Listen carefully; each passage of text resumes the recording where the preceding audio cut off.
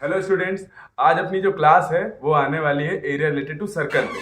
ठीक है, तो आज हम लोग उस क्लास से पहले ये जानेंगे कि जो सर्कल का एरिया होता है वो पाई आर स्क्वायर क्यों होता है। ठीक है, तो आते हैं एक प्रैक्टिकल से समझते हैं। इधर देखिए, ये हमारे पास यहाँ पर सर्कल बना हुआ है और ये सर्कल ऐसा कुछ है जिसका सेंटर जो है वो ये यहाँ पर हमने दिखा रखा है। ठीक, तो अब पहले इस सर्कल को काटेंगे। अरे भाई,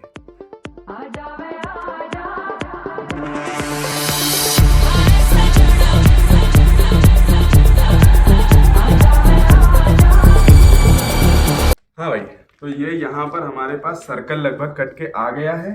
ठीक है, तो अब इस सर्कल में हम क्या करेंगे भाई, ये है। तो अब इस सर्कल में सबसे पहले हम क्या करेंगे,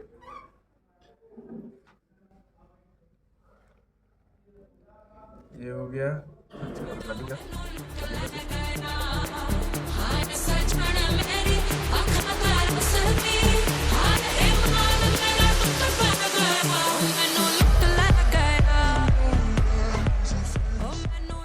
अब देखो, यहाँ पर हमने इस सर्कल के इतने सारे एरिया बना लिए हैं। अब इसको हम लोग काटेंगे बीच से ना। अब देखो, इस सर्कल के जो इतने सारे एरिया हैं, अगर इन सारे एरियाज का हमको जो है इसका इन सारे एरियाज का अगर एरिया पता चल जाए तो सारे एरियाज को हम कैलकुलेट करके और उनका हम क्या कर सकते हैं, उनको कैलकुलेट करके इस पूरे सर्कल का एरिया बता सकते हैं। तो अब हम लोग चलेंगे इन सारे एरियाज का एरिया निकालने, मतलब इन सारे पार्ट्स का एरिया निकालने। ठीक है भैया, तो अब इसको सबसे पहले हम लोग प्लेट की मदद से कट करेंगे।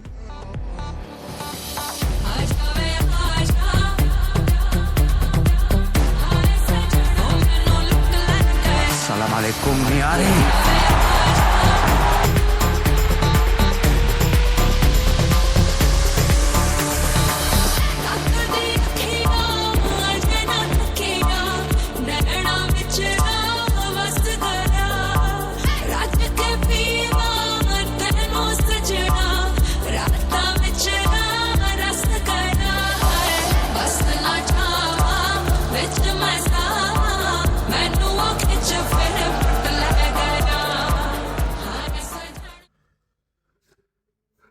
तो अब यहाँ पर हमारे पास ये सारे छोटे छोटे टुकड़े कट चुके हैं। अब हम लोग इन छोटे छोटे टुकड़ों को लाइन बाय लाइन अरेंज करेंगे। ठीक है भाई, तो आइए अब इनको अरेंज करते हैं।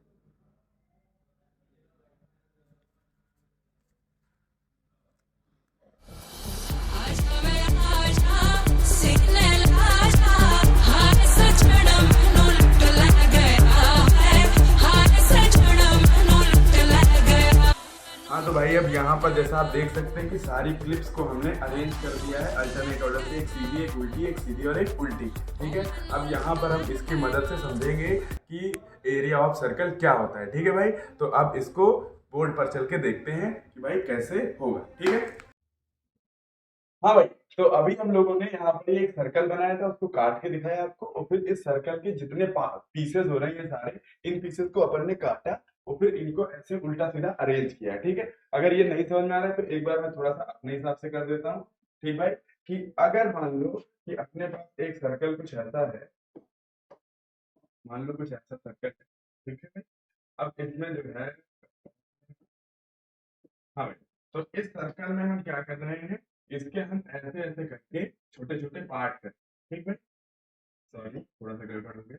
ऐसे ऐसे करते करते हम लोग थोड़े थोड़े छोटे छोटे से पार्ट कर रहे हैं और इन सब पार्ट्स को उठा करके उल्टा सीधा अरेंज कर रहे हैं। ठीक है, तो कुछ ऐसा मान लो, एक ऐसे अरेंज हो गया, दूसरा ऐसे हो गया, तीसरा ऐसे, चौथा ऐसे, ऐसे करते करते हम लोग ऐसे अरेंज करेंगे। ठीक है, अब जितने जितना ज्यादा छोटे छोटे पार्ट काटेंगे उतना परफेक्शन से बढ़िया बनेगा। ठीक है, अब इसमें देखो कि अगर अब इसमें हम यहाँ पर देखें तो ये जो बन रहा है ये एक रेक्टेंगुलर शेप की तरह बन रहा है ना, एक आयत की तरह बन रहा है। ठीक, यहाँ पर देखो ये एक रेक्टेंगुलर शेप की तरह बन रहा है। अगर इसको गौर से देखा जाए तो भैया ये एक रेक्टेंगुलर शेप का बन रहा है। ठीक भाई, एक रेक्टेंगुलर शेप की तरह ये ऐसे बन के आ रहा है। ठीक, तो अब इसमें ये समझना है कि अब रेक्टेंगल का एरिया क्या होता है। वो अपने को पता है कि लेंथ इंटू ब्रेथ होता है ना, लंबाई गुणे चौड़ाई।